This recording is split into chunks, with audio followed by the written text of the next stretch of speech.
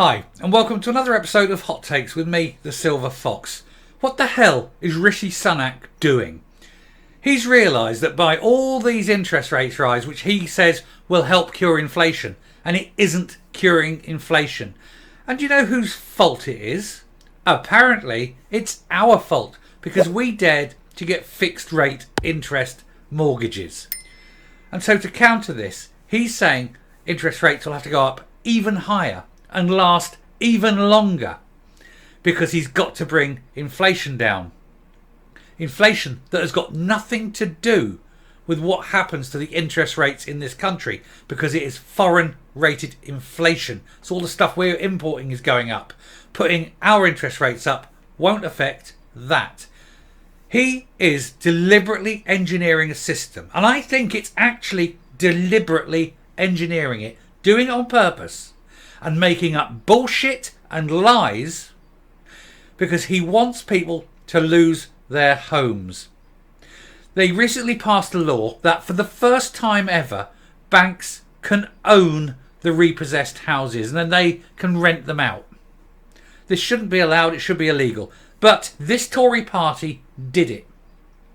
And then they were waiting for the excuse to push interest rates up higher and higher and higher until homes could not be afforded, the mortgages were bounced and the banks could take them back, and then the banks own all these houses and rent them out because he wants to turn the entire country into a nation of renters because he doesn't want anyone owning property. The billionaire non-taxpayer with his green card, so if he fucks up he can fuck off, is deliberately engineering the thing so that this whole economy, so that we all lose our houses, they end up being owned by the banks and everybody's a tenant, and that way everybody is beholden to the government.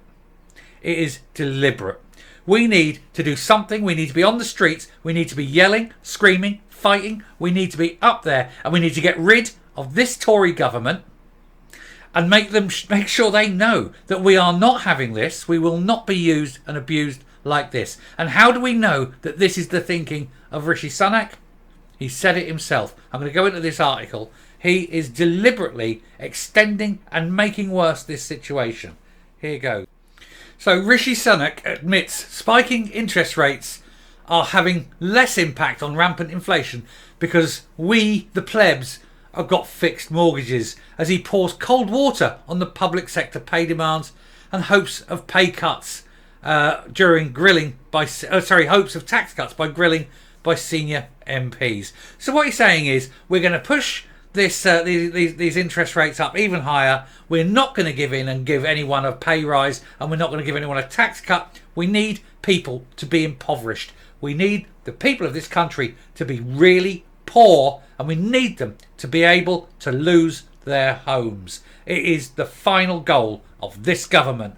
Wants people to lose their homes. This is not a Conservative Party government. This is a government of a single state. This is the big brother totalitarian state wanting to impose feudalism all over again. Rishi Sunak today admitted the number of Brits with fixed mortgages means that spiking interest rates are no longer taking longer to control rampant inflation, which is not caused by anything in this country. It's caused by things outside the country that we're having to buy, and whatever they do, it doesn't matter. It's not us who need to put our rates up, it's the countries that we're buying from so they can reduce their inflation. Giving evidence to senior MPs, the PM hinted that misery for homeowners might need to last longer. He's probably sitting up there in his little billionaire's mansion, rubbing his little hands in glee, going, soon I will own them all. Because that is what he is. Stressing his vow to halve the rate of price rises this year, Sunak also poured cold water on public sector pay demands and hopes of tax cuts. He is going to end up with a massive set of strikes on his hand. And I mean a general strike if it goes like this. It will be everyone out. And what they need to do is quite simple. All the workers, every single public sector worker everywhere, stop. Say you want 15%. Everyone gets 15%. Because while he hasn't got inflation under control, you need 15%. to pay your mortgage. You need it to pay your food. You just say, whoa. My mortgage has gone up hundreds of pounds a month. I need hundreds of pounds a month more to pay my mortgage. Make him pay more. And that will lift all boats. Everyone has to pay more. He has to do it. Because otherwise, this country will be owned by the banks. And none of us will ever own a house again. That is the final plan. There'll be one or two because they actually have it and there's no mortgage or anything. But it will be the very few. The game here is to get as many people as possible into bank-owned properties so that if you don't comply with the socialised norm that they will impose upon you. Oh, if you don't do this, if you don't accept this woke principle, bang, you're homeless. They'll take away your rights, they'll take away your freedoms, they'll take away your ability to say anything, do anything, or go anywhere. This is why they're looking at the 15-minute ghettos. It's all part of the plan. And it sounds like conspiracy, but tell me, who else is doing this? Why do they want low traffic neighbourhoods control movement? Why are they wanting, let's put interest rates up so people lose their houses? It's all related. It's all part of the thing. It's mass control. The comments came as Mr. Sunak, the billionaire, the non-tax-paying billionaire, made his twice-yearly appearance before the powerful Commons Liaison Committee this afternoon. What's strange is he can't turn up for question time. PMQ's on a Wednesday. He never turns up. And guess what? Tomorrow, Wednesday. I bet he isn't there tomorrow.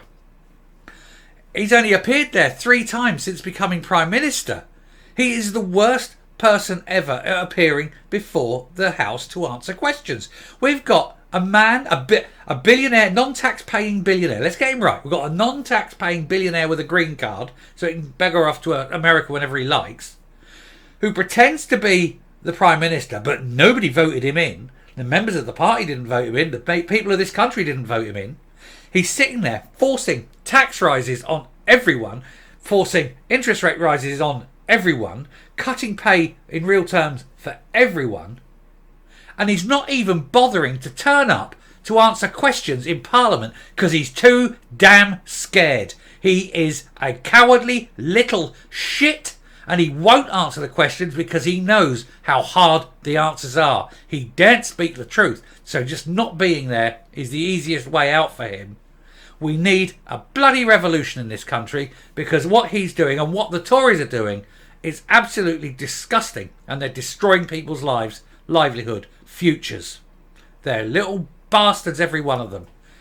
Now, Sunak, the billionaire non-taxpayer, said the government remains committed to bringing inflation down. How is he going to bring inflation down in, say, France or Germany or Holland or China, where we buy most of the stuff, by putting interest rates up here? How's that going to reduce the inflation in foreign countries?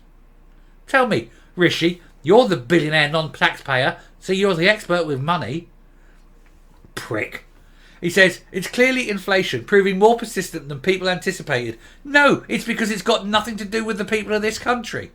He says, but that doesn't mean the plans and the policy options have been deployed are the wrong ones. Yes, they are the wrong ones.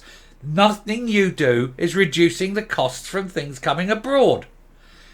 He doesn't get it because he's a prick. Mr. Sunak indicated the restraint on spending was going hand in hand with the Bank of England's action on rates. Yeah, but when no one's buying anything because everything's going on interest rates, money back to the banks, remember, taking our wealth, giving it to the banks, and then because we're not spending that money in the local economy, shops close, restaurants close, everything like that, that closes, then those people aren't earning money, which means the banks can come in and foreclose on those, the banks own those. Do you see the pattern emergence here? Everything is going to the banks. Everything is going to the bank. We will own nothing and we will be happy. That's the plan.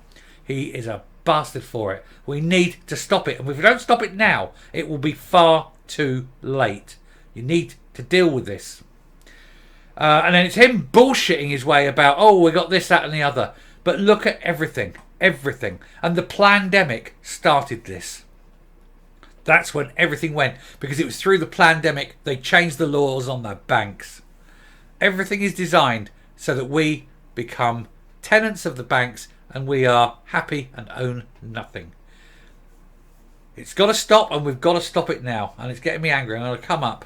But it's got to get you angry as well.